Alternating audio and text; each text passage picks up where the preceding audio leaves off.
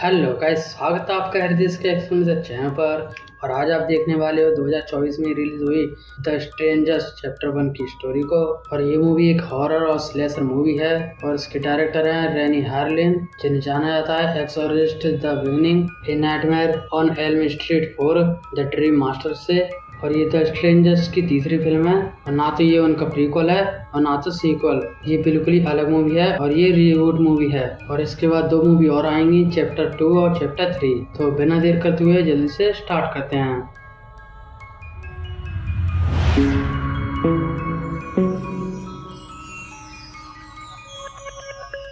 Movie के start में हम एक आदमी को देखते हैं जो कि जंगल में घबराया हुआ भागा जा रहा था। अचानक लड़खड़ाते हुए वो गिर गया और उसके उठने से पहले वहां पर 3 स्ट्रेंजर्स आए, मास्क पहने, हाथों में हथियार लेकर, और उसे मारकर चलते बने। इसके बाद हमें बताया जाता है कि अमेरिका में हर साल 1.4 मिलियन क्राइम होते हैं, यानी कि हर 26.3 सेकंड में एक क्राइम। और जब से आप ये मूवी देख रहे हो तब से 7 क्राइम हो चुके हैं। अब ये स्टोरी है सबसे ब्रूटल क्राइम में से एक की। एक लड़की माया और उसका बॉयफ्रेंड रायन एक रोड ट्रिप पर निकले हैं अपनी 5वीं एनिवर्सरी मनाने के लिए। काफी देर से सफर कर रहे थे, इसलिए उन्हें भूख लग रही थी। मैप पे एक डायलर देखकर हाईवे से उतरकर वो लोकल रोड पर आ गए। वो चलती गाड़ी में प्यार कर रहे थे, इसी वजह से वो टकरा देने से बच गए। उनकी किस्मत अच्छी थी।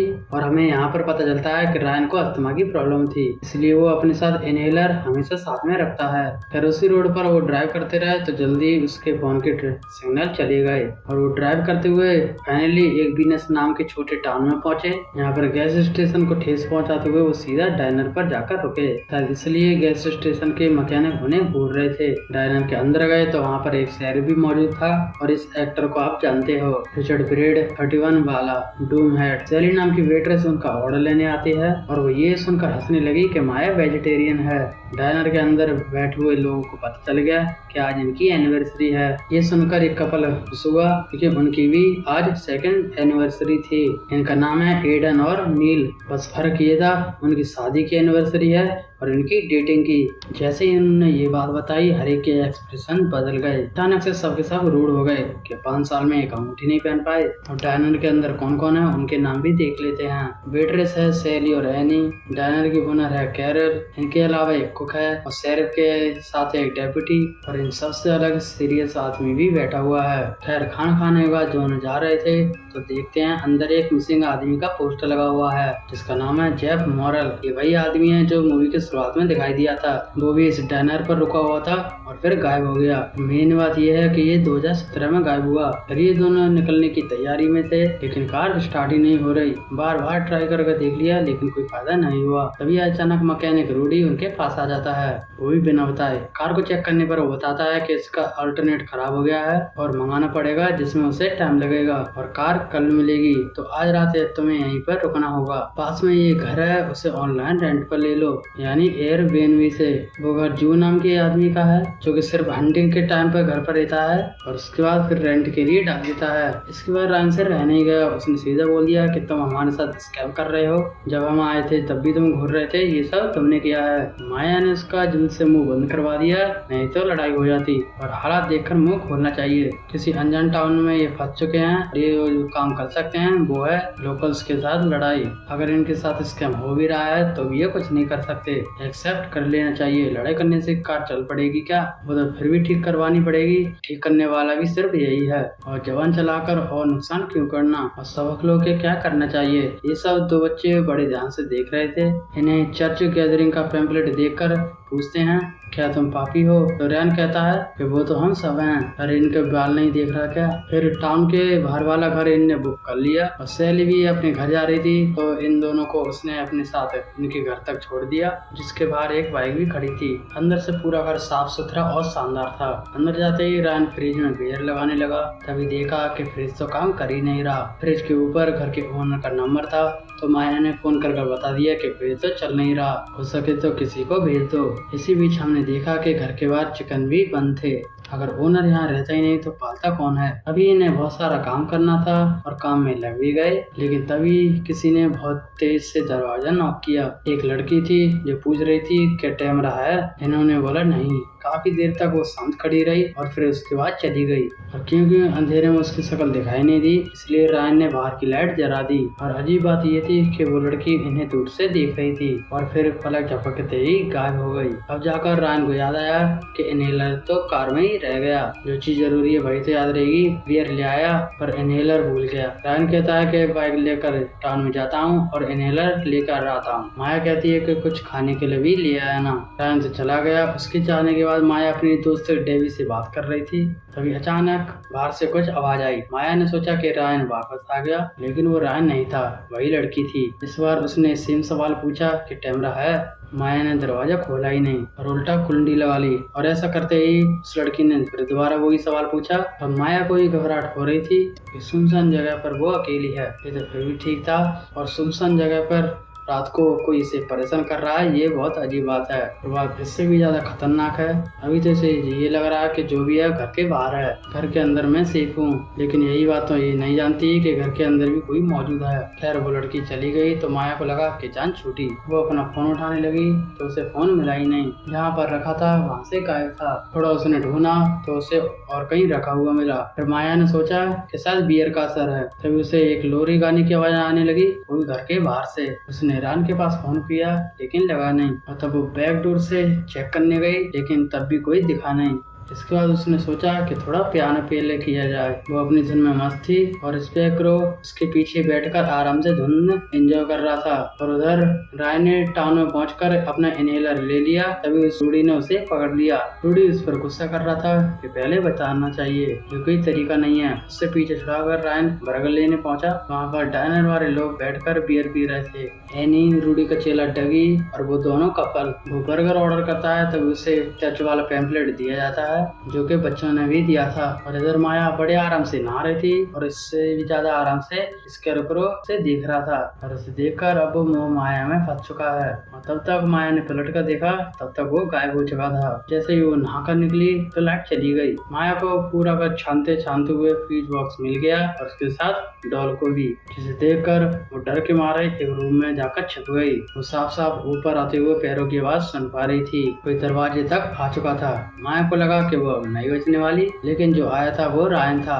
उसे देखकर माया को थोड़ी राहत मिली। माया ने उसे सब कुछ बता दिया। तो सबसे पहले रायन ने फ्यूज बॉक्स तक जाकर पावर ऑन की। फिर उसके बाद समझाया तुमने अंधेरे में जो देखा था वो रूम में लगी एक पेंटिंग थी। कुछ तुम नशे में हो और कुछ तुम अकेलेपन और अंधेरे में हो, इसलिए तुम्हें ऐसा लगा होगा। माया भी मान गई, लेकिन फिर दोबारा दरवाजे पर नॉकिंग हुई। रायन ने गुस्से में जाकर दरवाजा खोला तो देखा लड़की तो काफी दूर खड़ी थी। अब बहुत हो गया। रायन सीधा उसके पास गया तो वो अजीब तरीके से भाग गई, जैसे बत्तख भाग रही हो। इससे रायन को कंफर्म हो गया कि टाउन के कुछ टीनेज बच्चे हैं जो कि प्रैंक कर रहे हैं और इन्हें ज्यादा सीरियसली नहीं लेना, और अगर दोबारा आई तो सीधा पुलिस बुलानी है। फिर दोनों खाने बैठे थे तो रायन बहुत ज्यादा केचप गिरा रहा था, तो अचानक से थोड़ा पतला केचप गिरने लगा। जल्दी वो समझ गए कि ये तो खून है। तो उन्होंने ऊपर देखा तो उन्होंने देखा कि एक मरे हुए चिकन को लटका रखा था। अब उन्हें एहसास हुआ कि सच में घर के अंदर कोई आया था, और वो जल्दी से घर के खिड़की दरवाजे लॉक करने लगे। माया सीधे दरवाजा लॉक करने गई और तभी सीधा कुल्हाड़ी अंदर आई। भगवान की माया है जो कि ये बच गई।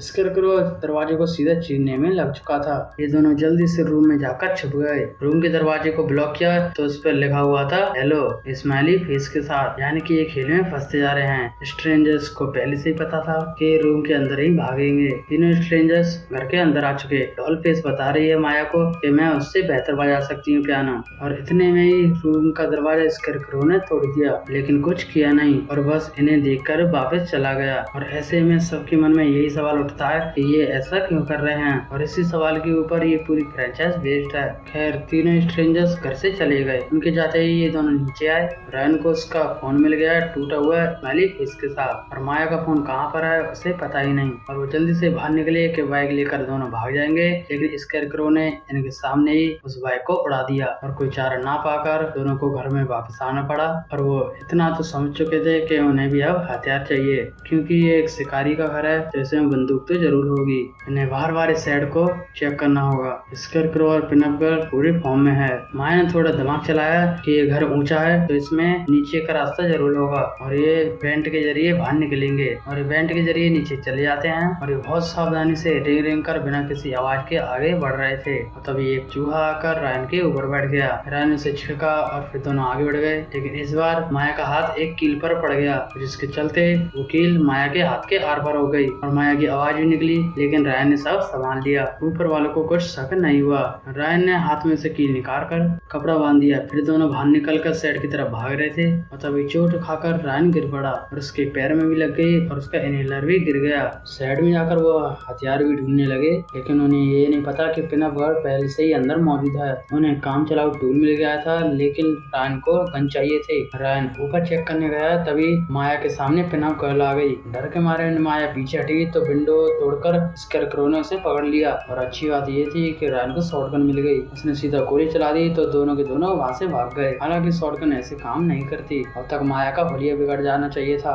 अब दोनों बड़ी सावधानी से आगे बढ़ रहे थे और तभी कोई सामने आ गया तो रायन उसे बूट डाला, लेकिन वो किलर नहीं था, वो घर का ओनर था जो फ्रिज ठीक करने आया था और बेचारा ऐसे ही मारा गया। और कम से कम उसकी कार तो सामने खड़ी है, लेकिन उससे पहले थोड़ा बैठकर रो लेते हैं। अच्छी तरह एक दूसरे को दिलासा देने के बाद दोनों जाकर कार में बैठे और कार में ओनर का फोन भी मिल गया। माया ने फोन उठाया ही था तभी स्ट्रेंजर ने हमला बोल दिया। रायन ने जल्दी से कार मोड़ी, तब तक स्कैरक्रो ट्रक लेकर आ गया। कार में ट्रक को लगातार ठोककर उसने कार को पेड़ में चिपका डाला। माया तो टूटी हुई विंडो से बाहर निकल गई, लेकिन रायन नहीं निकल सकता था क्योंकि उसका पैर फंस चुका है। रायन माया को कहता है कि तुम भाग जाओ। माया कहती है कि मैं तुम्हें छोड़कर नहीं जाऊंगी। फिर 2 सेकंड में चली भी गई। रायन ने शॉटगन रेडी की, लेकिन स्कैरक्रो तो ट्रक में था ही नहीं और उसने सामने से अटैक कर दिया। रायन ने गोली चलाई, तब जाकर वो भागा। स्ट्रेंजर्स ये ऐसे किलर नहीं है जो अड़े रहते हैं, टाइम आने पर भाग भी जाते हैं अजीब तरह से। उसके जाने के बाद रायन फ्री होकर बाहर निकला और माया को ढूंढने निकल पड़ा। और इधर माया जंगल में भागती जा रही थी क्योंकि डॉल्फिस उसके पीछे थी और एक जगह जाकर वो पत्तों के बीच छुप गई और उधर डॉल्फिस आई,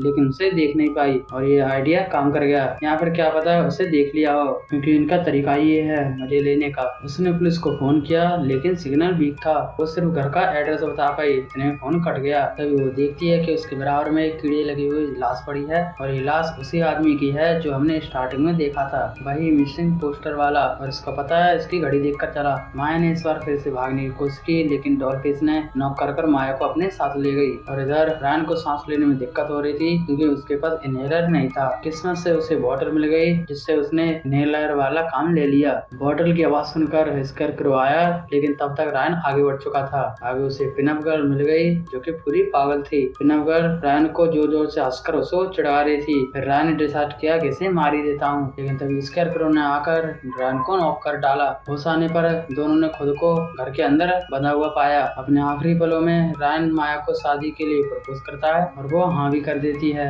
और तभी पिनअप गर्ल रायन को स्टैप कर देती है और स्कैरक्रो लात मारकर उसे नीचे गिरा देता है, जिसकी वजह से अपने खून से चोक होकर वो मारा जाता है। माया पूछती है कि तुम हमारे साथ ऐसा क्यों कर रहे हो, और यही ओरिजिनल मूवी की फेमस लाइन है। और इसमें स्ट्रेंजर्स ने जवाब दिया था क्योंकि तुम घर पे थे, और इसमें जवाब दिया है क्योंकि तुम यहाँ पर हो। तुम यहाँ पर हो इसका मतलब टाउन से है, और वो तो अगले पार्ट में ही पता चलेगा। और इसके बाद स्कैरक्रो ने माया को भी स्टैप करके नीचे गिरा डाला और तभी पुलिस आ गई। और पुलिस के सायरन्स की आवाज सुनकर तीनों ट्रक में बैठकर निकल गए। और एक चीज ऐसी हो गई जो कि उन्होंने सोची नहीं होगी, माया जिंदा बच गई। हॉस्पिटल में उसकी आंख खुली तो इससे एक आइडिया लग जाता है कि अगले पार्ट्स में क्या होगा। फाइनल गर्ल वाला ट्रीटमेंट मिलने वाला है और यहीं पर ये मूवी एंड हो गई। लेकिन आगे मिड क्रेडिट सीन में हम देख पाते हैं कि माया उठी और उसके साथ लेटा हुआ था स्कैरक्रो, यानी कि इसे साथ के साथ मार देगा और कोई फाइनल गर्ल नहीं बनने वाली। और अगले पार्ट्स में कुछ और भी हो सकता है। तो दोस्तों ये थी द स्ट्रेंजर्स चैप्टर 1 की कहानी।